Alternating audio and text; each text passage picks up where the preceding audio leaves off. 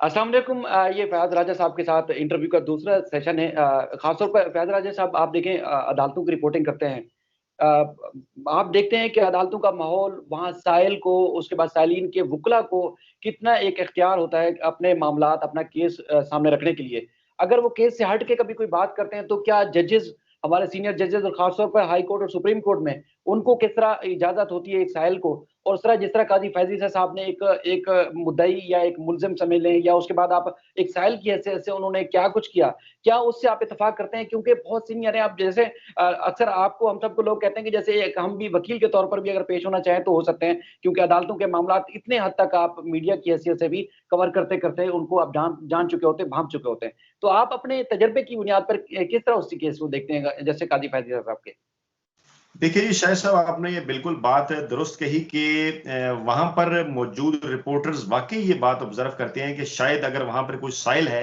या कोई आम आदमी है या इवन अगर कोई वकील भी है, और अगर जजेस जो है वो ये चाह रहे हैं, वो ये समझ रहे हैं कि उनका वक्त जो है वो जाया हो रहा है और मामले को दाएं बाएं घुमाने की कोशिश की जा रही है, तो वो स्नब करते हैं, उन्हें मामले से दाएं बाएं जो है वो नहीं जाने देते, सिर्फ उन्हें टू दी पॉइंट जो है वो बात करने देते हैं। लेकिन जैसा कि मैंने आपको पहले कहा कि हमारे मुल्क के अंदर मैं तो बिल्कुल अब इसको यही कहूंगा कि जैसे मैं ये समझता हूं कि एक जो शरीफ खानदान है, वो पाकिस्तानी इस्टेब्लिशमेंट का, पाकिस्तानी अदलिया का, पाकिस्तानी मीडिया का, पाकिस्तानी ब्यूरोक्रेसी का जो है वो लाडला बच्चा रहा है। इसी तरह जो है वो इस वक्त जो जस्टिस काजी फायज़ साहब हैं, वो शायद अदालतों के अंदर बिल्कुल एक लाडले बच्चे और बिल्कुल एक रूठे हुए बच्चे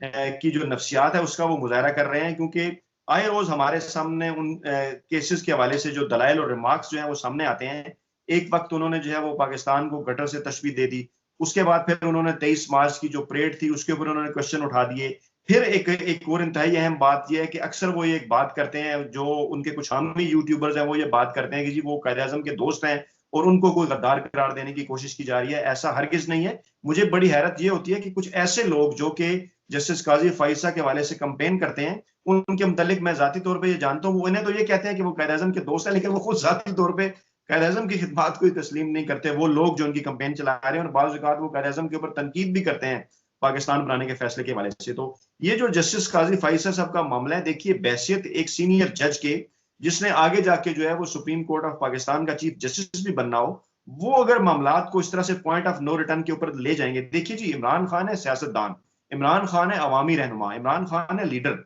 उन्होंने इस किस्म की कानून और आइन के दायरे में रहते हुए उन्होंने इस किस्म के जो एक्शन है वो लेने हैं। उन्होंने तो यही किया कि सुप्रीम जुडिशल काउंसिल में उस मामले को ले गए, आगे साथी जजेस ने फैसला किया, और वो मामला अगर वहां पे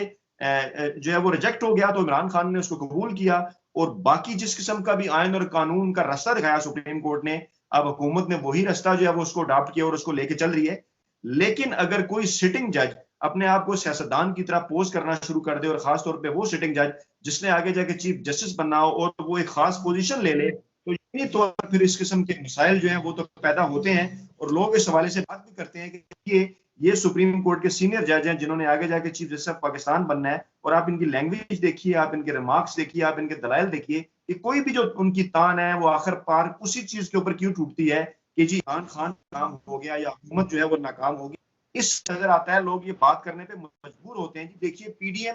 जो बयानिया सियासी मैदानों में लेके आती है, उसी किस्म का बयानिया जो है वो जस्टिस काजी फाइजा साहब हैं वो सुप्रीम कोर्ट में लेके आते हैं। फिर लोग ये सवाल करते हैं कि पीडीएम को जस्टिस काजी फाइजा साहब का बयानिया आखिर एक जैसा क्यों है। सर, कोर्ट रिपोर्टिंग करते हुए आपने देखा होगा, महसूस किया होगा, मैं समझता हूँ 99% वकला ऐसे होते हैं, काला कोट पहना हुआ है, एलएलबी की डिग्री उनके पास, कानून का उनको कख नहीं पता होता। अच्छा, अक्सर बदमाशी करते हुए भी आप उन 99% वकला को देखते होंगे। 1% ऐसे वकला होते हैं जिनको कानून के ऊपर अबूर हासिल होता है, वो अच्छे-अच्छे हर मामले के लिए कानून को सामने रखते हैं, देखते हैं। अच्छा, कुछ ऐसे होते हैं उन 1% में से, जो जो वो बिगड़ जाते हैं, तो फिर वो समझते हैं कि अगर कानून का हमें पता है तो वो एहतिसाब उनसे नहीं हो सकता, उनसे पूछगछ नहीं की जा सकती। तो क्या काजी फैज़ी साहब कानून को इस हद तक समझ चुके हैं, वो समझते हैं कि ना तो कोई कायदे-आज़म के बाद, ना ही उसके बाद कोई भी इदारा उनसे नहीं पूछ सकता, और वो सबका, चाहे फ़ौज, अदलिया, हुकूमत और तमाम इदारों का एहतसाब कर सकते हैं। क्या ये मेरी बात से आप इत्तेफ़ाक करते हैं? देखिए शाहिद साहब, अगर पाकिस्तान की तारीख देखी जाए तो हम सबको, चाहे वो अदलिया है, चाहे वो मीडिया है, चाहे वो सियासतदान है, चाहे वो जर्नैल हैं, सबको जो है वो अपने अपने गिरबानों के अंदर झांकना होगा। एक बात बड़ी क्लियर है, मैं आपको यहाँ ये वाज़ा तौर पे बता दूं, हम किसी भी किस्म की कोई पाकिस्तान में किसी स्टैब्लिशमेंट की हुकूमत या पाकिस्तान में किसी फौजी हुकूमत की हमायत नहीं करते। हम अलग अलान ये कहते हैं कि अयूब खान हो गए, यहिया खान हो गए, जनरल ज़ियाउल हो गए, जनरल ज़ियाउल हक हो गए या जनरल मुशर्रफ, वो पाकिस्तान के गैर आइनी हुक्मरान थे और हम उनको गैर आइनी हुक्मरान ही तस्लीम करते हैं। लेकिन लेकिन लेकिन इस मौजूदा सिनेरियो के अंदर क्या हम सिर्फ ये समझते हैं कि पाकिस्तान के हालात आज जिस नहज के ऊपर पहुंचे हैं या पाकिस्तान को जो नुकसान हुआ है, क्या उसके जिम्मेदार सिर्फ और सिर्फ फौजी जर्नैल है? नहीं जी, उसके साथ साथ पाकिस्तानी अदलिया भी उसकी उतनी जिम्मेदार है, उसके साथ साथ पाकिस्तानी मीडिया भी उतना ही जिम्मेदार है। क्योंकि इसी तरह से जिस तरह से आज मीडिया इमरान खान की हुकूमत को गिराने की कोशिश में बाकायदा अपना हिस्सा डाल रहा है, इसी तरह माजी में वो जुल्फकार अली भुट्टो और नवाज शरीफ की हुकूमत को सिर्फ अपनी रेटिंग के लिए उनको गिराने में हिस्सा रहा और उनको गिराने की हमायत करता रहा। और ये हामिद मीर साहब को हम जानते हैं, उस वक्त में उनकी हमायत में कालम लिखते रहे फौजी जर्नैलों की। इसी तरह हमारी अदलिया जो है वो इसका बाकायदा तौर पर हिस्सा रही। नजरिया जरूरत इन्होंने इजाद किया, चाहे वो अयूब का दौर हो, यहिया का दौर हो, जनरल ज़ियाउल हक का दौर हो या जनरल मुशर्रफ का दौर हो, ऐसे जज अदालतों के अंदर मौजूद रहे और इन्हीं के वो साथी जजेस थे जिन्होंने गैर आइनी हुक्मरानों को सपोर्ट किया। तो फिर जस्टिस काजी फायज ईसा साहब ये सारा मलबा उठाकर मुल्क के किसी एक इदारे के ऊपर नहीं डाल सकते, या वो नहीं कह सकते कि आज पाकिस्तान में मीडिया आजाद नहीं है। मैं खुद जाती तौर पर यह समझता हूं कि इससे कहीं ज्यादा जो हालात खराब थे वो पाकिस्तानी मीडिया के नवाज शरीफ के दौर में थे, पाकिस्तानी मीडिया के जुल्फकार अली भुट्टो के दौर में थे। मैं जमहूरी हुक्मरानों का जिक्र कर रहा हूं, मैंने अभी गैर आइनी हुक्मरानों का जिक्र नहीं किया। उस दौर में तो सब ये बात जानते हैं और सब ये बात शायद फैशन के तौर पर करते हैं कि जी मीडिया के ऊपर बड़ी पाबंदियां थी। लेकिन मैं अपनी जाती ऑब्जर्वेशन, अपनी मालूमात, तारीख के मुताले और फिर नवाज शरीफ के दौर में जिस तरह से हमने खुद भी इस बात को देखा कि कहीं ज्यादा पाबंदियां थी और वो पाबंदियां सूरत भी सामने आती थी कि कभी मलिया आशमी के ऊपर मुकदमे जो है वो मलिया लोधी के ऊपर मुकदमे हो जाते थे, कभी जो है वो नजम सेठी साहब को उठा लिया जाता था। और जुल्फकार अली भुट्टो साहब के दौर में तो साफियों को उनके घरों के अंदर से उठाया गया और उनको जो है वो माओ बहनों की गालियां भी दी गई। तो अभी इस किस्म के हालात यूट्यूब और सोशल मीडिया होने के बावजूद इमरान खान के दौर में नहीं है, तो ये तो कंपैरिजन ही नहीं बनता। दूसरी जहां तक बात है अदलिया के आजाद होने के वाले से जो वो बात करते हैं, तो माजी में अदलिया का किरदार जो है वो सबके सामने है और ये किरदार उन्हीं साथी ब्रादर जजेस ने अदा किया है जो कि जस्टिस काजी फायज ईसा के हम पेशा हैं। इसलिए अगर वो मुल्क के अंदर आइन और कानून की हुक्मरानी चाहते हैं और वो ये चाहते हैं कि तमाम इदारे अपनी आइनी और कानूनी हदूद के अंदर काम करें, तो इस तरह से रिएक्शनरी नहीं होना चाहिए। उनको ये चाहिए कि सिर्फ और सिर्फ जिस केस के अंदर वो पेश होते हैं, जिसकी उन्होंने ख्वाहिश जाहिर की कि वो खुद पेश होंगे, वो उसी केस के ऊपर रहें और बराए मेहरबानी सिर्फ उसी केस के हवाले से ही दलील और अपने जो भी उनके पास जो शवाहिद हैं वो पेश करें, जो उनसे सवाल किया जा रहा है वो सवाल का जवाब दें और उसके बाद अगर वो समझते हैं वो बेगुनाह है तो इन सारी चीजों से निकल कर जो सामने आ जाए। वो अपने इस केस को ज्यादा से ज्यादा सियासी बनाने की कोशिश कर रहे हैं। इससे लोग ये समझ रहे हैं कि शायद उनके पास बताने के लिए कुछ भी नहीं है। जब भी उनसे बात पूछी जाती है तो उनकी तान एक मरतबा फिर मुल्की इदारों के ऊपर या इमरान खान की सियासत के ऊपर टूटती है। तो ये एक बहुत बड़ा सवालिया निशान है। आप जिस तरह कोर्ट रिपोर्टिंग करते हैं, कई ऐसे केसेस होते हैं जो पब्लिक इंटरेस्ट के होते हैं और उसके बाद फिर केसेस की लैंग्वेज ऐसी नहीं होती कि आवाम उन केसेस को समझ सके। तो वहाँ जो सहाफ़ी होते हैं, कोर्ट रिपोर्टर होते हैं, वो उसको उन केसेस को खबर के अंदाज में ढालकर इंतहाई आसान तरीके से वो आवाम के सामने रखते हैं तो आवाम समझ सके ताकि आवाम को पता चल सके कि ये केस था क्या। तो आप समझते हैं कि काजी फैज़ ईसा साहब का ऐसा कोई केस है कि वो बराह रास्त दिखाया जाना चाहिए या दिखाया जा सकता है? देखिए जी, ये फैसला तो सुप्रीम कोर्ट ऑफ पाकिस्तान ने करना है और इस हवाले से वो दलाइल भी दे रहे हैं। लेकिन मेरी जो कम से कम जाती राय है वो ये है कि मेरा नहीं ख्याल कि कोई उनका इस किस्म का केस है कि उन्हें जो है वो इस तरह से जो है वो लाइव दिखाया जाना चाहिए। ना ही कोई इंटरनेशनली और ना ही मुल्क के अंदर हमें कोई इस किस्म की मिसाल मिलती है। फिर तो जो भी शख्स होगा, चाहे वो सुप्रीम कोर्ट से हो या मुल्क के किसी और इदारे से हो, उसके ऊपर अगर कुछ इल्जाम लगेंगे तो वो फिर यही कहेगा जी कि मेरा जो केस है वो लाइव दिखाया जाए। देखिए, इस केस लाइव दिखाने की भी जो उनकी ख्वाहिश है और खासतौर पे जो कुछ हामी उनके यूट्यूबर्स हैं जो उनके इसके मामले को लेके आगे चल रहे हैं, ये मामला भी सिर्फ और सिर्फ उनकी रेटिंग के साथ जुड़ा हुआ है। वो लोग भी चाहते हैं, और मैं एक चीज खास तौर पे काजी फाइजा साहब की भी गोश गुजार कर दूं कि माजी में यही उनके जो हामी यूट्यूबर्स या यही मखसूस मीडिया ग्रुप हैं, वो मैं समझता हूं कि इफ्तिखार चौधरी साहब को भी खराब कर चुके हैं। खराब का लफ्ज मैंने इसलिए इस्तेमाल किया कि इफ्तिखार चौधरी साहब ने जो थोड़ी बहुत इज्जत बनाई थी शायद उन्होंने वकला मूवमेंट और जजेस मूवमेंट के दौरान जनरल मुशर्रफ के सामने खड़े होके वो उन्होंने खो दी जब उन्होंने सियासी जमात बनाई। और वो फिर सियासी जमात जिस तरह से उन्होंने बनाई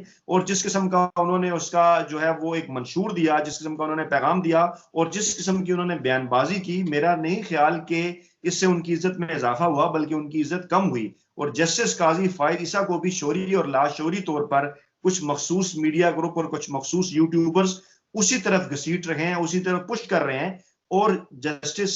जो इफ्तिखार चौधरी हैं, उनका अंजाम जो है वो आज जो है वो सबके सामने अंजाम से खुदा ना खास्ता मेरा ये मुराद नहीं कि उनके साथ कोई ऐसा कुछ बुरा हो गया। अंजाम से मुराद ये कि डेफिनेटली जब आप सियासत में आते हैं, जब आप सियासी जमात बनाते हैं तो आपका क्या मकसद होता है? लोग आपके ऊपर बात भी करते हैं, तनकीद भी करते हैं। तो उस सूरत में उस किस्म का अगर कोई काम करना चाहते हैं जस्टिस काजी फाइज साहब, तो फिर उन्हें ये चाहिए कि वो जो है वो इस अपने उद्देश्य से इस्तीफा दे दें और आए और वो एक सियासी जमात बना लें और उसके बाद फिर जो है वो घोड़ा भी हाजिर और मैदान भी हाजिर। सर आखिरी सवाल आपका, बहुत ज्यादा मैंने टाइम ले लिया है। Sindh high court circuit bench जो सक्खर में थी, कुत्ते के काटने के वाकयात की रोकथाम न करने के ऊपर 3 एनपीएस को मुअत्तल करने का हुक्म दिया और पीपल्स पार्टी ने